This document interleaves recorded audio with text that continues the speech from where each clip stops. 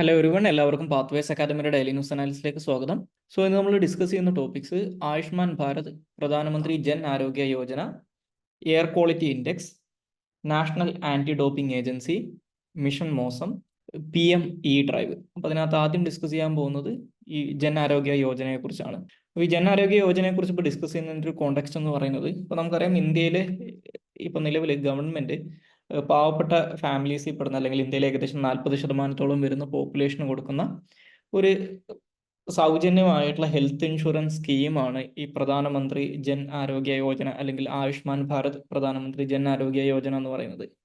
അപ്പോൾ ഇതിന്റെ കവറേജ് 70 വയസ്സിൽ കൂടുതൽ പ്രായമുള്ള എല്ലാ പൗരന്മാർക്കും കൂടി ഈ സ്കീമിന്റെ പരിധി കൊണ്ടുവന്നിരിക്കുകയാണ് ഇപ്പോൾ ഗവൺമെന്റ്. അപ്പോൾ അതുമായിട്ട് ബന്ധപ്പെട്ട് ക്യാബിനറ്റ് പുതിയൊരു ഡിസിഷൻ എടുത്തായിട്ടുള്ള വാർത്ത ഇന്നത്തെ ഇന്ത്യൻ എക്സ്പ്രസിന്റെ പേജ് 1 വന്നിട്ടുണ്ട്. ഈ സെയിം വാർത്ത നിങ്ങൾക്ക് ഈ ഹിന്ദുവിലും കാണാൻ പറ്റും.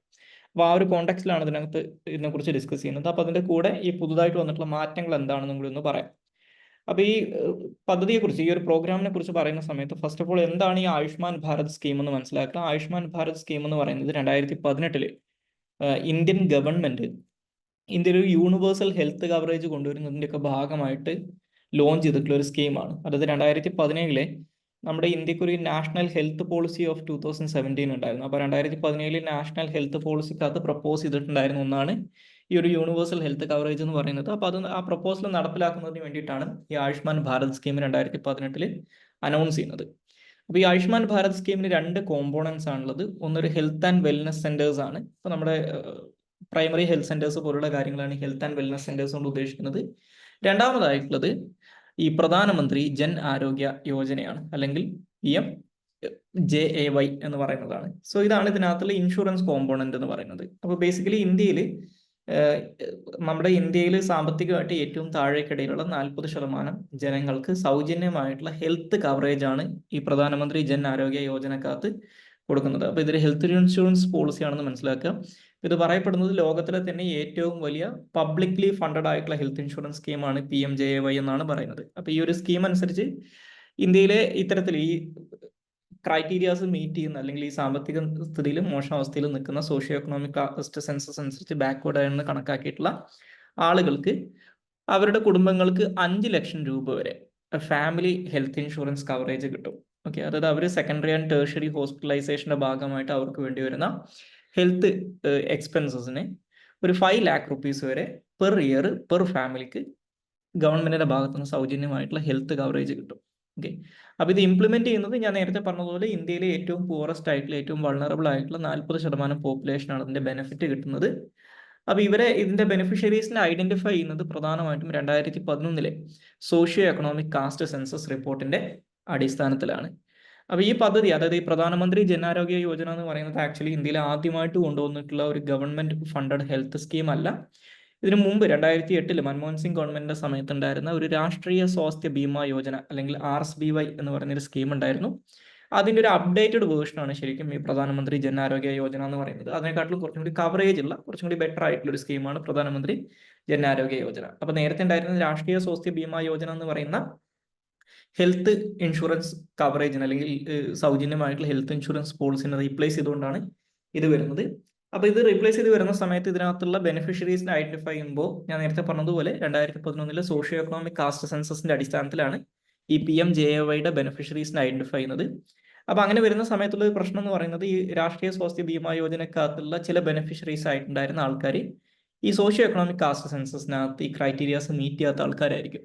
അപ്പോൾ അത് ഒഴിവാക്കുന്നതിന് വേണ്ടിയിട്ട് ഈ പ്രധാനമന്ത്രി ജൻ ആരോഗ്യ യോജനയുടെ ബെനിഫിഷ്യറീസ് എന്ന് പറയുന്നത് ഒന്ന് ഈ സോഷ്യോ എക്കണോമിക് കാസ്റ്റ് സെൻസസിന്റെ അടിസ്ഥാനത്തിൽ ഐഡന്റിഫൈ ചെയ്തിട്ടുള്ള ബെനിഫിഷ്യറീസും, പ്ലസ് ഈ RSBYയുടെ ബെനിഫിഷ്യറീസ് ആയിരുന്ന ആളുകൾ ഈ സോഷ്യോ എക്കണോമിക് കാസ്റ്റ് സെൻസസ് അനുസരിച്ച് എലിജിബിൾ അല്ലെങ്കിൽ പോലും ഈ RSBY ബെനിഫിഷ്യറീസ് ആയിരുന്നു എന്നുള്ള കാരണത്താൽ അവർക്കും ഇതിന്റെ കവറേജ് കിട്ടും, അല്ലെങ്കിൽ ഈ PMJAYയുടെ ബെനിഫിറ്റ്സ് കിട്ടും എന്ന് പറയുന്നുണ്ട്. അപ്പൊ അതിന്റെ കൂടെയാണ് ഇപ്പോൾ 70+ ഏജ്ഡ് ആയിട്ടുള്ള ആളുകളെ കൂടി ഇതിനകത്ത് ഉൾപ്പെടുത്തിയിട്ടുള്ളത്. അതായത് ഇറസ്പെക്റ്റീവ് ഓഫ് ദി, ഇപ്പോൾ പുതുതായിട്ട് വന്നിട്ടുള്ള ചേഞ്ച് ആണ് പറയുന്നത്. ഇപ്പോൾ ക്യാബിനറ്റ് അപ്രൂവ് ചെയ്തിട്ടുള്ള പുതിയ ചേഞ്ച് അനുസരിച്ച് ആളുകളുടെ സാമ്പത്തിക സ്ഥിതി ഇവിടെ പരിഗണിക്കില്ല. 70 വയസ്സിൽ കൂടുതൽ പ്രായമായിട്ടുള്ള ഏതൊരു ഇന്ത്യൻ പൗരനും ഈ പറയുന്ന പ്രധാനമന്ത്രി ജൻ ആരോഗ്യ യോജന അനുസരിച്ച് 5 ലക്ഷം രൂപ വരെ ഹെൽത്ത് കവറേജ് ഒരു വർഷം കിട്ടുമെന്നാണ് പറയുന്നത്. അപ്പോൾ അത് എങ്ങനെയാണ് വരുന്നത് എന്നുള്ള കാര്യം കൃത്യമായിട്ടൊന്ന് മനസ്സിലാക്കുക. ഇപ്പൊ നിലവിൽ ഈ പ്രധാനമന്ത്രി ജൻ ആരോഗ്യ യോജനയിലെ പരിധിപ്പെടാത്ത കുടുംബങ്ങളിൽപ്പെട്ട ഒരാളാണ് 70 വയസ്സിൽ കൂടുതലുള്ള ഒരാളുണ്ടെങ്കിൽ അയാൾക്ക് ഒരു വർഷം 5 ലക്ഷം രൂപ വരെ, ആ ഫാമിലിക്കല്ല ആ വ്യക്തിക്ക് ഒരു വർഷം 5 ലക്ഷം രൂപ വരെ സൗജന്യമായിട്ടുള്ള ഗവൺമെന്റിന്റെ ഹെൽത്ത് കവറേജ് കിട്ടും. ഇനി ഓൾറെഡി ഈ പറയുന്ന പ്രധാനമന്ത്രി ജൻ ആരോഗ്യ യോജനക്കകത്ത് കവർ ചെയ്തിട്ടുള്ള ഒരു ഫാമിലിയിൽ 70 വയസ്സിൽ കൂടുതൽ പ്രായമുള്ള ഒരാളുണ്ടെങ്കിൽ ആ ഫാമിലിക്ക് കിട്ടുന്ന 5 ലക്ഷം രൂപയുടെ ഹെൽത്ത് ഇൻഷുറൻസ് കവറേജിന്റെ പുറമെ ഈ ആൾക്ക് ഒരു എക്സ്ട്രാ 5 ലക്ഷത്തിന്റെ ഹെൽത്ത് കവറേജും കൂടി കിട്ടും. അതായത് ഇവർക്കൊരു 5 ലാഖിന്റെ ടോപ്പ് അപ്പും കൂടി കിട്ടുമെന്ന് മനസ്സിലാക്കുക. ഇനി അതേപോലെ തന്നെ ഒരു ഫാമിലിയിൽ 70 വയസ്സിൽ കൂടുതൽ പ്രായമുള്ള ഒന്നിലധികം ആളുകൾ ഉണ്ടെങ്കിൽ ഈ 5 ലക്ഷം രൂപയുടെ ഹെൽത്ത് കവറേജ് തന്നെയായിരിക്കും അവർക്ക് കിട്ടുക. അത് ഷെയർ ചെയ്ത് പോവുകയാണ് ചെയ്യുക. ഓക്കെ, ഒരാളാണെങ്കിലും 5 ലക്ഷം കിട്ടും, ഒന്നിലധികം ആളുകളാണെങ്കിലും 5 ലക്ഷമേ കിട്ടുള്ളൂ എന്ന് മനസ്സിലാക്കുക. ഓക്കെ, അപ്പൊ ഈ രീതിയിൽ ഇന്ത്യൻ പോപ്പുലേഷനകത്തുള്ള ഒരു സെഗ്മെന്റിനെ, ഓക്കെ, നമ്മൾ ഈ സീനിയർ സിറ്റിസൺസ് എന്നോ അല്ലെങ്കിൽ സൂപ്പർ സീനിയർ സിറ്റിസൺസ് എന്നൊക്കെ വിളിക്കുന്ന 70+ ഏജ്ഡ് ആയിട്ടുള്ള ആളുകളെ പൂർണ്ണമായിട്ടും ഈ ഹെൽത്ത് കവറേജിന്റെ കീഴിൽ കൊണ്ടുവന്നിട്ട് നമ്മൾ ഈ യൂണിവേഴ്സൽ ഹെൽത്ത് ഇൻഷുറൻസ് എന്ന് പറയുന്ന ഒരു അൾട്ടിമേറ്റ് ഗോളിലേക്ക് ഒരു സ്റ്റെപ്പ് കൂടി കടന്നിരിക്കുകയാണ് ഗവൺമെന്റ് എന്ന് വേണമെങ്കിൽ പറയാം. ഇനി ഇതിനകത്ത് കിട്ടുന്ന, ഞാൻ നേരത്തെ പറഞ്ഞു 5 ലക്ഷം രൂപയുടെ ഹെൽത്ത് കവറേജ് ആണ് കിട്ടുന്നത്. പുതുതായിട്ട് വന്നിട്ടുള്ള മാറ്റം എന്താണെന്ന് പറഞ്ഞു. ഇനി ഈ പറയുന്ന സ്കീമിനകത്ത് കിട്ടുന്ന ബെനിഫിറ്റ്സ് എന്തൊക്കെയാണെന്ന് വെച്ച് കഴിഞ്ഞാൽ, ഒന്ന് ഈ പ്രീ ഹോസ്പിറ്റലൈസേഷൻ അതുപോലെ തന്നെ പോസ്റ്റ് ഹോസ്പിറ്റലൈസേഷൻ ചാർജസുമായിട്ട് ബന്ധപ്പെട്ടുള്ള ഒരുപാട് കാര്യങ്ങൾ ഇതിനകത്ത് കവർ ചെയ്യുന്നുണ്ട്. അതുപോലെ തന്നെ ഏകദേശം 1393 ഫ്രീ പ്രൊസീജിയേഴ്സ് ഇതിനകത്ത് ലിസ്റ്റ് ചെയ്തിട്ടുണ്ട്, അതായത് ചികിത്സയുമായിട്ട് ബന്ധപ്പെട്ട് വരുന്ന. അതുപോലെ തന്നെ ഈ ഹെൽത്ത് കവറേജ് കിട്ടണമെങ്കിൽ ഒന്നുകിൽ ഗവൺമെന്റ് ഹെൽത്ത് സെന്റേഴ്സോ അല്ലെങ്കിൽ അക്രഡിറ്റഡ് ആയിട്ടുള്ള public and private health facilities ഉണ്ടാവും. ഓക്കെ, അവിടെ 24ഓളം സ്പെഷ്യാലിറ്റീസിലാണ് ഇതിന്റെ കവറേജ് കിട്ടുക. അപ്പൊ അക്രഡിറ്റഡ് ഹോസ്പിറ്റൽസിൽ ഇതിന്റെ കവറേജ് കിട്ടുള്ളൂ എന്ന് മനസ്സിലാക്കുക. ഇനി അതുപോലെ തന്നെ ഇതിന്റെ കീഴിൽ ഈ പേഷ്യൻസിന് ക്യാഷ്ലെസ് കെയറിനുള്ള റൈറ്റ് ഉണ്ടെന്ന് പറയുന്നുണ്ട്. ഓക്കെ, അതായത് എംപാനൽഡ് ആയിട്ടുള്ള ഗവൺമെന്റ് ആൻഡ് പ്രൈവറ്റ് ഫെസിലിറ്റീസിൽ ഈ ജൻ ആരോഗ്യ യോജനയുടെ കാർഡ് ഉപയോഗിച്ചുകൊണ്ട്, ഇതിനൊരു ഹെൽത്ത് ഇൻഷുറൻസ് കാർഡ് ഉണ്ട്, ആ കാർഡ് യൂസ് ചെയ്തുകൊണ്ട് ഇവർക്ക് ക്യാഷ്ലെസ് ആയിട്ടുള്ള ഹോസ്പിറ്റൽ കെയറിനുള്ള അവകാശമുണ്ട്. അതുപോലെ തന്നെ ഈ 1354ഓളം ഡിസീസസ് ഈ പറയുന്ന സ്കീമിനകത്ത് കവേർഡ് ആണ്. അപ്പോൾ അതിനകത്ത് ഗവൺമെന്റ് മാൻഡേറ്റഡ് ആയിട്ടുള്ള ഒരു പാക്കേജ് പ്രൈസിങ് ഉണ്ട്, അതായത് ഈ ഡിസീസിന്റെ ചികിത്സയ്ക്ക് എത്ര പൈസ ആവും എന്നുള്ളത്. അപ്പോൾ അത് ഇതിനകത്ത് കവേർഡ് ആണ്. ഇതിന്റെ ഫണ്ടിങ് സ്ട്രക്ചർ നോക്കിക്കഴിഞ്ഞാൽ ഇതൊരു സെൻട്രലി സ്പോൺസേർഡ് സ്കീമാണ്. അപ്പോൾ എല്ലാ സെൻട്രലി സ്പോൺസേർഡ് സ്കീംസും പോലെ തന്നെ നോർമലി സെൻട്രൽ ഗവൺമെന്റിനും സ്റ്റേറ്റ് ഗവൺമെന്റിനും ഇടയിൽ 60-40 റേഷ്യോയിലാണ് ഇതിന്റെ ഫണ്ടിങ് വരുന്നത്. 60% സെൻട്രൽ ഗവൺമെന്റും 40% സ്റ്റേറ്റ് ഗവൺമെന്റുമാണ്. ഇനി ലെജിസ്ലേറ്റീവ് അസംബ്ലി ഉള്ള യൂണിയൻ ടെറിട്ടറീസ് ആണെങ്കിൽ അവിടെയും സെയിം ആണ്, 60-40 ആണ്. പക്ഷേ ഹിമാലയൻ സ്റ്റേറ്റുകൾ അതുപോലെ തന്നെ നോർത്ത് ഈസ്റ്റ് ഇന്ത്യയിലുള്ള സ്റ്റേറ്റുകൾ ഇവിടെ അത് 90:10 ആണ്. 10% സ്റ്റേറ്റും 90% സെൻട്രൽ ഗവൺമെന്റുമാണ്.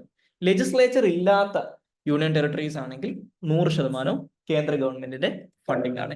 സോ ഇതാണ് ഇതിന്റെ ഫണ്ടിങ് സ്ട്രക്ചർ വരുന്നത്. ഇനി നമുക്ക് അടുത്തതായിട്ട് ഡിസ്കസ് ചെയ്യാനുള്ളത് എയർ ക്വാളിറ്റി ഇൻഡെക്സിനെ കുറിച്ചാണ്. അപ്പൊ ഈ എയർ ക്വാളിറ്റി ഇൻഡെക്സുമായിട്ട് ബന്ധപ്പെട്ട് ഇന്നത്തെ ഇന്ത്യൻ എക്സ്പ്രസിന്റെ പേജ് 3 ഒരു വാർത്തയുണ്ട്. ഈ പറയുന്ന ഈ എയർ ക്വാളിറ്റി ഇൻഡെക്സുമായിട്ട് ബന്ധപ്പെട്ട് കൃത്യമായിട്ടുള്ള അവയർനെസ് അല്ലെങ്കിൽ കൃത്യമായിട്ടുള്ള കാര്യങ്ങൾ നടപടികൾ എടുക്കാത്തതിന്റെ പേരിൽ നാഷണൽ ഗ്രീൻ ട്രിബ്യൂണൽ റിപ്പോർട്ട് ആവശ്യപ്പെട്ടതായിട്ടുള്ള ഒരു വാർത്ത വന്നിട്ടുണ്ട്. ആ ഒരു കോണ്ടെക്സ്റ്റിലാണ് എയർ ക്വാളിറ്റി ഇൻഡെക്സിനെ കുറിച്ച് ഡിസ്കസ് ചെയ്യുന്നത്. അപ്പൊ എയർ ക്വാളിറ്റി ഇൻഡെക്സ് എന്ന് പറയുന്നത് 2014 ലോഞ്ച് ചെയ്തിട്ടുള്ള ഒരു കാര്യമാണ് എയർ ക്വാളിറ്റി ഇൻഡെക്സ് എന്ന് പറയുന്നത്. അപ്പോൾ ഒരു 1 നമ്പർ 1 കളർ 1 ഡിസ്ക്രിപ്ഷൻ എന്ന പ്രിൻസിപ്പിളിന്റെ അടിസ്ഥാനപ്പെടുത്തിയിട്ടുള്ള ഒരു എയർ ക്വാളിറ്റി അസസ്മെന്റ് ജനറൽ പബ്ലിക്കിന് മനസ്സിലാക്കാൻ പറ്റുന്ന രീതിയിൽ ആക്സസിബിൾ ആയിട്ടുള്ള രീതിയിൽ ഒരു എയർ ക്വാളിറ്റി അസസ്മെന്റ് തയ്യാറാക്കുക എന്നുള്ളൊരു രീതിയിലാണ്, അല്ലെങ്കിൽ ആ ഒരു പ്രിൻസിപ്പിളിന്റെ അടിസ്ഥാനത്തിലാണ് 2014 ഈ എയർ ക്വാളിറ്റി ഇൻഡെക്സ് ലോഞ്ച് ചെയ്യുന്നത്. അപ്പൊ അതിനകത്ത് എയർ ക്വാളിറ്റി ഇൻഡെക്സ് മെഷർ ചെയ്യുന്നത് ബേസിക്കലി നമ്മുടെ എയറിന്റെ ക്വാളിറ്റിയാണ് ഇതിനകത്ത് മെഷർ ചെയ്യുന്നത്. അപ്പൊ എയർ ക്വാളിറ്റി ഇൻഡെക്സ് മെഷർ ചെയ്യുന്നത് ഈ എയറിലുള്ള 8 സ്പെസിഫിക് ആയിട്ടുള്ള പൊല്യൂട്ടൻസ് ഉണ്ട്. ആ പൊല്യൂട്ടൻസിന്റെ പ്രസൻസ് എയറിൽ എത്രത്തോളം ഉണ്ട് എന്നുള്ളത് മെഷർ ചെയ്തിട്ടാണ് എയർ ക്വാളിറ്റി ഇൻഡെക്സ് കണക്കാക്കുന്നത്. അപ്പൊ ഇതിനകത്തുള്ള ഈ പൊല്യൂട്ടൻസ് ഏതൊക്കെയാന്ന് വെച്ച് കഴിഞ്ഞാൽ, ഒന്ന് പെർട്ടിക്കുലേറ്റ് മാറ്റർ 10 ആണ്, അല്ലെങ്കിൽ PM10 എന്ന് പറയും. അതുപോലെ തന്നെ രണ്ടാമത്തത് PM2.5 ആണ്. അതുപോലെ നൈട്രജൻ ഓക്സൈഡ് NO2 ഉണ്ട്, സൾഫർ ഓക്സൈഡ് ഉണ്ട്, കാർബൺ മോണോക്സൈഡ് ഉണ്ട്, ഓസോൺ ഉണ്ട്, അമോണിയ, ലെഡ് എന്നീ 8 സ്പെസിഫിക് ആയിട്ടുള്ള പൊല്യൂട്ടൻസിന്റെ എയറിലുള്ള പ്രസൻസ് അനുസരിച്ചാണ് എയർ ക്വാളിറ്റി ഇൻഡെക്സ് തയ്യാറാക്കുന്നത്. ഇനി എയർ ക്വാളിറ്റി ഇൻഡെക്സ് അനുസരിച്ച് ഈ പറയുന്ന പൊല്യൂട്ടൻസിന്റെ പ്രസൻസ് അനുസരിച്ച് ഇവർ എയർ ക്വാളിറ്റിനെ 6 ഡിസ്റ്റിങ്ക്റ്റ് ലെവൽസ് ആയിട്ട് ക്ലാസിഫൈ ചെയ്യാറുണ്ട്. ഓക്കെ, അപ്പോൾ ഏതൊക്കെയാണെന്ന് വെച്ച് കഴിഞ്ഞാൽ good, satisfactory, moderately polluted, poor, very poor, severe എന്ന് പറഞ്ഞിട്ട് 6 ക്ലാസ് ഓഫ് എയർ ക്വാളിറ്റി അല്ലെങ്കിൽ 6 കാറ്റഗറീസ് ഓഫ് എയർ ക്വാളിറ്റീസ് ആയിട്ട് ഇവർ ക്ലാസിഫൈ ചെയ്തിട്ടുണ്ട്. ഇനി ഈ സിസ്റ്റം ഡെവലപ്പ് ചെയ്തിട്ടുള്ളത് സെൻട്രൽ പൊല്യൂഷൻ കൺട്രോൾ ബോർഡും അതുപോലെ തന്നെ ഇന്ത്യൻ ഇൻസ്റ്റിറ്റ്യൂട്ട് ഓഫ് ടെക്നോളജി കാൺപൂരും അല്ലെങ്കിൽ IIT കാൺപൂരും അതുപോലെ തന്നെ ഈ മെഡിക്കൽ ഫീൽഡും എയർ ക്വാളിറ്റി ഫീൽഡുമായിട്ട് ബന്ധപ്പെട്ടിട്ടുള്ള എക്സ്പേർട്ട് ഗ്രൂപ്പ് അല്ലെങ്കിൽ കുറച്ച് പ്രൊഫഷണൽസ് അടങ്ങുന്ന ഒരു എക്സ്പേർട്ട് ഗ്രൂപ്പും കൂടി ചേർന്നിട്ടാണ് ഈ എയർ ക്വാളിറ്റി ഇൻഡെക്സ് തയ്യാറാക്കിയിട്ടുള്ളത്. ഇനി നമുക്ക് അടുത്തതായിട്ട് ഡിസ്കസ് ചെയ്യാനുള്ള ടോപ്പിക്ക് നാഡയെ കുറിച്ചാണ്, അല്ലെങ്കിൽ നാഷണൽ ആന്റി ഡോപ്പിംഗ് ഏജൻസിയെ കുറിച്ചാണ്. അപ്പോൾ നമ്മളെല്ലാവരും വാഡ അല്ലെങ്കിൽ വേൾഡ് ആന്റി ഡോപ്പിംഗ് ഏജൻസിയെ കുറിച്ച് കേട്ടിട്ടുണ്ടാവും. അപ്പോൾ അതിന് സിമിലർ ആയിട്ടുള്ള രീതിയിൽ നമ്മുടെ രാജ്യത്തിലെ ഇന്ത്യയിൽ വരുന്ന ഒരു നാഷണൽ ലെവലിൽ വരുന്ന ആന്റി ഡോപ്പിംഗ് ഏജൻസിയാണ് NADA അല്ലെങ്കിൽ നാഷണൽ ആന്റി ഡോപ്പിംഗ് ഏജൻസി എന്ന് പറയുന്നത്. അപ്പോൾ ഈ നാഷണൽ ആന്റി ഡോപ്പിംഗ് ഏജൻസിയുമായിട്ട് ബന്ധപ്പെട്ടൊരു വാർത്ത ഇന്നത്തെ ഇന്ത്യൻ എക്സ്പ്രസിന്റെ പേജ് 8 വന്നിട്ടുണ്ട്. അതായത് ഇന്ത്യൻ പ്രസിഡന്റായിട്ടുള്ള ബജ്രംഗ് പൂനിയയുടെ സസ്പെൻഷനുമായിട്ട് ബന്ധപ്പെട്ടുള്ള ഒരു വാർത്ത വന്നിട്ടുണ്ട്. ആ ഒരു കോണ്ടെക്സ്റ്റിലാണ് ഇതിനെക്കുറിച്ച് ഡിസ്കസ് ചെയ്യുന്നത്. സോ ഈ നാഷണൽ ആന്റി ഡോപ്പിംഗ് ഏജൻസി എന്ന് പറയുന്നത് 2004 സൊസൈറ്റി രജിസ്ട്രേഷൻ ആക്ട് അനുസരിച്ച് ഗവൺമെന്റ് ഓഫ് ഇന്ത്യ ഒരു സൊസൈറ്റി ആയിട്ട് രജിസ്റ്റർ ചെയ്തിട്ടുള്ള ഒരു ബോഡിയാണ് നാഷണൽ ആന്റി ഡോപ്പിംഗ് ഏജൻസി എന്ന് പറയുന്നത്. അപ്പോൾ ബേസിക്കലി ഇന്ത്യയിൽ നമ്മുടെ നാഷണൽ ലെവലിൽ വരുന്ന ആന്റി ഡോപ്പിംഗുമായിട്ട് ബന്ധപ്പെട്ട് വരുന്ന പ്രിൻസിപ്പൽ ഓർഗനൈസേഷനാണ് നാഷണൽ ആന്റി ഡോപ്പിംഗ് ഏജൻസി എന്ന് പറയുന്നത്. ഇത് ഇന്ത്യയുടെ national organisation responsible for promoting, coordinating, monitoring the doping control programme in the sports of all fields എന്നാണ് പറയുന്നത്. അത് ഇന്ത്യയിലുള്ള കായിക മേഖലകളുമായിട്ട് ബന്ധപ്പെട്ടിട്ടുള്ള ആന്റി ഡോപ്പിംഗ് കൺട്രോൾ പ്രോഗ്രാം നടപ്പിലാക്കുന്നതിന് വേണ്ടി റെസ്പോൺസിബിൾ ആയിട്ടുള്ള നാഷണൽ ലെവൽ ഓർഗനൈസേഷനാണ് നാഡ എന്ന് പറയുന്നത്. അപ്പോൾ ബേസിക്കലി ഇവരുടെ ഒരു പ്രഖ്യാപിത ലക്ഷ്യം എന്ന് പറയുന്നത് ഒരു ഡോപ്പ് ഫ്രീ ഇന്ത്യ അല്ലെങ്കിൽ dope free sports in India എന്നുള്ളതാണ് ഇവരുടെ ഒരു ലക്ഷ്യമായിട്ട് പറയുന്നത്.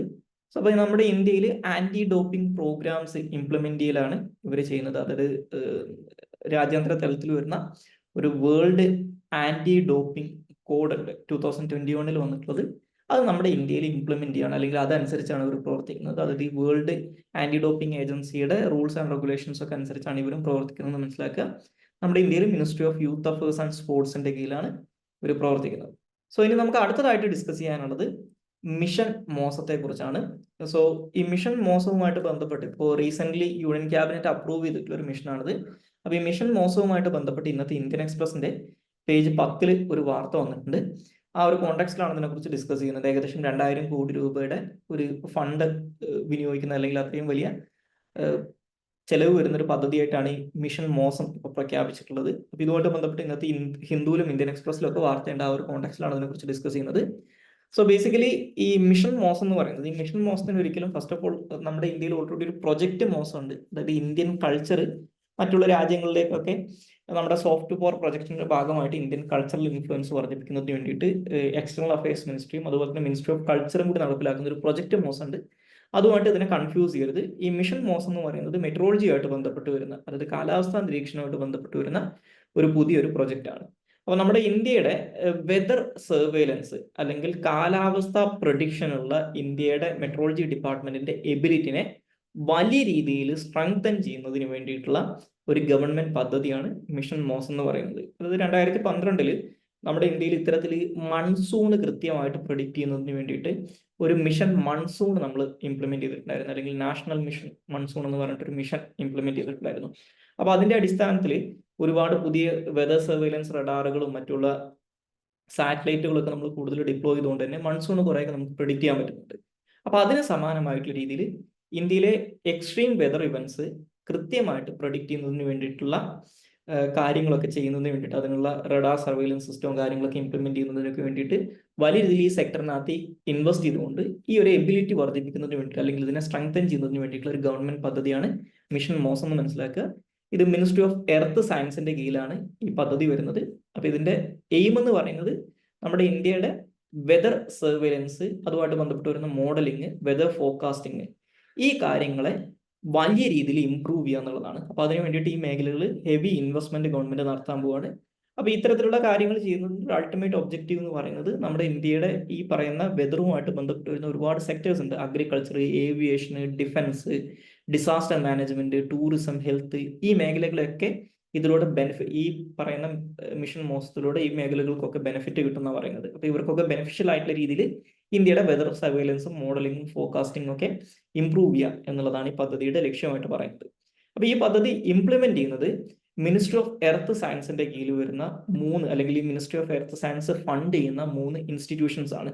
ഒന്ന് മെട്രോളജിക്കൽ ഡിപ്പാർട്ട്മെന്റ് ആണ്, IMD ആണ്.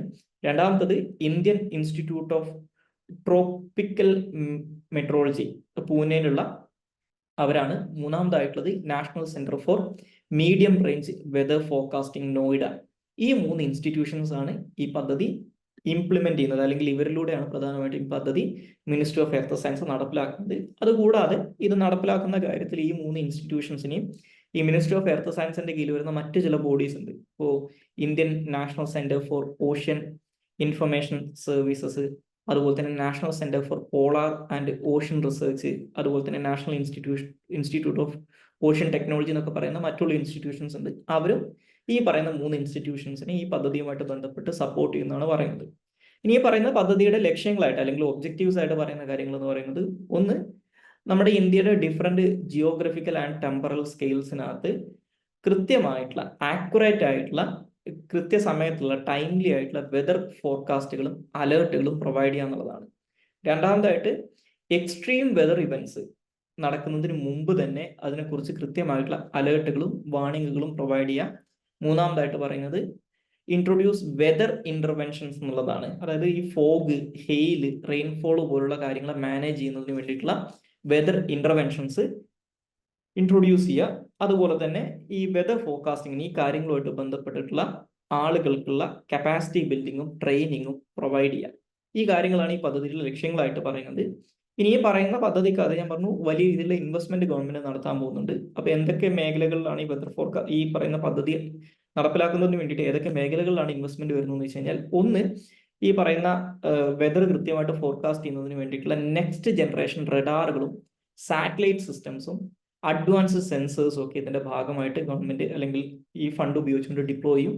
അതുപോലെ തന്നെ ഹൈ പെർഫോമൻസ് സൂപ്പർ കമ്പ്യൂട്ടേഴ്സ്, അതുപോലെ തന്നെ എൻഹാൻസ്ഡ് എർത്ത് സിസ്റ്റം മോഡൽസ് ഒക്കെ ഡിപ്ലോയ് ചെയ്യും. അതുപോലെ GIS ബേസ്ഡ് ആയിട്ടുള്ള ഓട്ടോമേറ്റഡ് ഡിസിഷൻ സപ്പോർട്ട് സിസ്റ്റം, ഈ റിയൽ ടൈം ഡാറ്റ ഷെയറിങ്ങിന് വേണ്ടിയിട്ട് ഡിപ്ലോയ് എന്ന് പറയുന്നുണ്ട്. അപ്പൊ ഇത്തരത്തിലുള്ള കുറച്ചും കൂടി ഈ പറയുന്ന വെതർ ഫോർകാസ്റ്റിംഗുമായിട്ട് ബന്ധപ്പെട്ടുള്ള ലേറ്റസ്റ്റ് ടെക്നോളജീസ് ഡിപ്ലോയ് ചെയ്തുകൊണ്ടായിരിക്കും നമ്മൾ ഈ പദ്ധതി ഇംപ്ലിമെന്റ് ചെയ്യാൻ പോകുന്നത്. അപ്പൊ ഇതാണ് മിഷൻ മോസം എന്ന് പറയുന്നത്. ഞാൻ നേരത്തെ പറഞ്ഞ പോലെ ഇതിനെ പ്രൊജക്ട് മോസവുമായിട്ട് കൺഫ്യൂസ് ചെയ്യരുത്. ഇനി അടുത്തതായിട്ട് ഡിസ്കസ് ചെയ്യാനുള്ളത് PM-E ഡ്രൈവ് എന്ന് പറയുന്ന സ്കീമിനെ കുറിച്ചാണ്. അപ്പൊ ഈ PM-E ഡ്രൈവുമായിട്ട് ബന്ധപ്പെട്ട് ഈ ഇന്നത്തെ ഹിന്ദുവിലും അതുപോലെ തന്നെ ഇന്ത്യൻ എക്സ്പ്രസിലും ഇതിനെ കുറിച്ചിട്ടുള്ള വാർത്തയുണ്ട്. അപ്പൊ കുറച്ചും കൂടി ഡീറ്റെയിൽഡ് ആയിട്ടുള്ള ഒരു ആർട്ടിക്കിൾ വന്നിട്ടുള്ളത് ഇന്ത്യൻ എക്സ്പ്രസിലാണ്. ഇന്ത്യൻ എക്സ്പ്രസിന്റെ പേജ് 15 ഇതിനെ കുറിച്ചൊരു വാർത്ത വന്നിട്ടുണ്ട്. അപ്പൊ ഈ ക്യാബിനറ്റ് റീസെന്റ് ഇപ്പോൾ ഇതിന്റെ ഈ മിഷൻ മോസത്തിന്റെ കൂടെ അപ്രൂവ് ചെയ്തിട്ടുള്ള മറ്റൊരു ഗവൺമെന്റ് സ്കീമാണ് PM-E ഡ്രൈവ് എന്ന് പറയുന്നത്. അപ്പൊ ഈ PM-E ഡ്രൈവ് എന്ന് പറയുന്നതിന്റെ ഫുൾ ഫോം എന്ന് പറയുന്നത് PM electric drive revolution in innovative vehicle enhancement എന്നാണ് ഇതിന്റെ ഫുൾ ഫോം. അതിന്റെ ഷോർട്ടായിട്ട് പറയുന്നതാണ് PM-E ഡ്രൈവ് സ്കീം എന്ന് പറയുന്നത്. അപ്പോൾ ബേസിക്കലി ഈ പേര് സൂചിപ്പിക്കുന്നത് പോലെ തന്നെ നമ്മുടെ ഇന്ത്യയിലെ ഇലക്ട്രിക് മൊബിലിറ്റിനെ പ്രൊമോട്ട് ചെയ്യുന്നതിന് വേണ്ടിയിട്ട്, ഇലക്ട്രിക് വെഹിക്കിൾസിനെ പ്രൊമോട്ട് ചെയ്യുന്നതിന് വേണ്ടിയിട്ടുള്ള ഒരു സ്കീമാണിത്. അപ്പൊ ഇതുമായിട്ട് ബന്ധപ്പെട്ട് ഓൾറെഡി ഇന്ത്യയിൽ 2015 തൊട്ട് റൺ ചെയ്യുന്ന ഒരു സ്കീമുണ്ട്. അതാണ് ഫെയിം എന്ന് പറയുന്നത്. അപ്പൊ ഈ ഫെയിമിന്റെ സെക്കൻഡ് ഫേസ് ആണ് ഇപ്പൊ ഇന്ത്യയിൽ റൺ ചെയ്തുകൊണ്ടിരിക്കുന്നത്. അപ്പൊ അതിനെക്കുറിച്ച് ഡിസ്കസ് ചെയ്ത സമയത്ത് ഞാൻ പറഞ്ഞിട്ടുണ്ടായിരുന്നു, ഫെയിം ഈ കഴിഞ്ഞ മാർച്ച് വരെ ആയിരുന്നു അതിന്റെ ഡെഡ് ലൈൻ. അത് പിന്നെ ജൂലൈ വരെ എക്സ്റ്റെൻഡ് ചെയ്തിട്ടുണ്ടായിരുന്നു.